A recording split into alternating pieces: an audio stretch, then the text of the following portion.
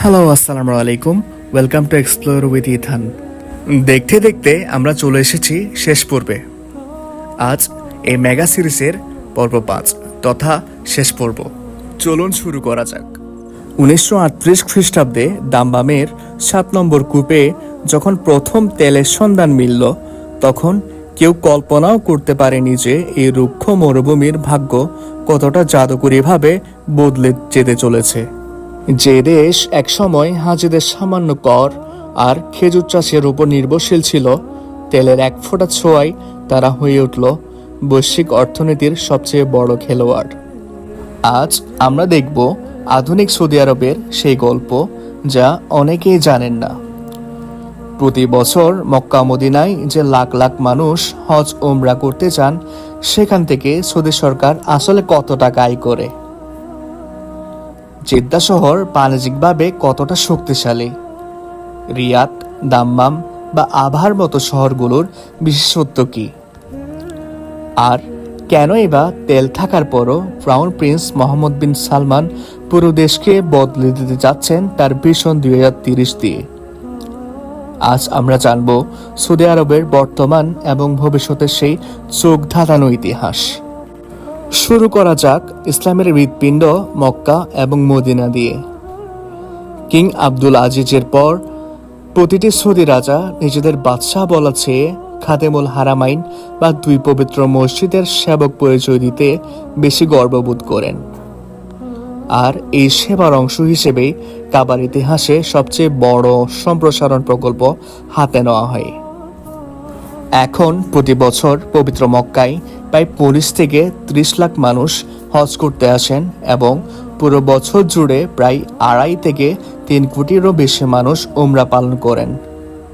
কিন্তু এটি কি শুধুই ধর্মীয় বিষয়? এর পেছনে রয়েছে এক বিশাল অর্থনৈতিক পরিধি। অর্থনৈতিক বিশ্লেষকদের মতে শুধুমাত্র হজ এবং উমরা খাত থেকে সৌদি আরব প্রতি বছর প্রায় 12 থেকে 15 বিলিয়ন মার্কিন ডলার আয় করে, যা বাংলাদেশি টাকায় প্রায় 1.5 লাখ কোটি টাকারও বেশি। আর এর সিংহভাগ আসে হোটেল বুকিং, পরিবহন, বিমান টিকিট এবং হাজিদের কেনাকাটা থেকে।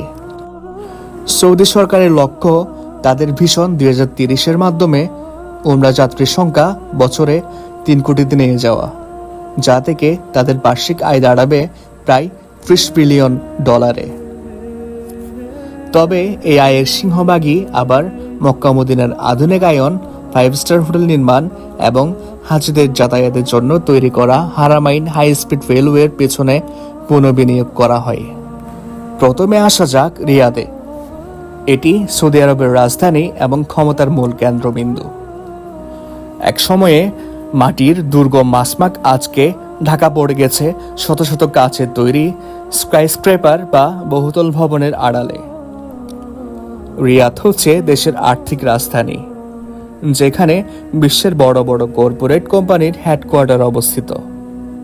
এরপর লোহিত সাগরের তীরে অবস্থিত অত্যন্ত আকর্ষণীয় শহর জেদ্দা। বাণিজ্যিকভাবে জেদ্দা কতটা গুরুত্বপূর্ণ জানেন? এটি হচ্ছে আরবের প্রাচীনতম এবং অন্যতম ব্যস্ত আন্তর্জাতিক সমুদ্র বন্দর। মধ্যপ্রাচ্য, আফ্রিকা এবং ইউরোপের বাণিজ্যের প্রধান রুট এই জেদ্দা। একে বলা হয় কাবার প্রবেশদ্বার বা গেটওয়ে টু মক্কা। যে কোনো বাণিজ্যিক পণ্য বা হাজিদের বড় অংশ এই জেদ্দা হয়েই সৌদিতে প্রবেশ করে। তাছাড়া এর নাইট লাইফ এবং ক্যাফে কালচার পুরো সৌদির সবচেয়ে লিবারেল বা আধুনিক। পূর্ব উপকূলে তাকালে আমরা পাবো দাম্মাম। এই শহরটি দাঁড়িয়ে আছে তেলের উপর। বিশ্বের সবচেয়ে বড় তেল কোম্পানি সৌদি আরামকোর মূল কার্যক্রম এই অঞ্চলেই। দাম্মাম এবং এর যমজ শহর আল খোবার মূলত হাইটেক ইন্ডাস্ট্রিয়াল এবং পোর্ট সিটি, যা পারস্য উপসাগর দিয়ে বিশ্বের অন্য প্রান্তে তেল রপ্তানি সচল রাখে। সৌদির অন্যতম শহর আভা, মরুভূমির মাঝে কাশ্মীর। আর আপনি যদি ভাবেন সৌদি আরব মানে শুধু তপ্ত বালু, তবে আপনাকে যেতে হবে দক্ষিণ পশ্চিমের পাহাড়ি শহর আভাতে। সমুদ্রপৃষ্ঠ থেকে প্রায় ৭,০০০ ফুট উঁচুতে অবস্থিত এই শহরের আবহাওয়া বছরের সিংহভাগ সময় ঠান্ডা থাকে। এখানে কুয়াশা পড়ে, পাহাড়ের গায়ে সবুজ বনাঞ্চল আছে এবং মাঝে মাঝে বরফও পড়ে। এটি সৌদির প্রধান পর্যটন শহর। কিন্তু সৌদি আরব খুব ভালো করেই জানে তেলের এই খনি চিরদিন থাকবে না।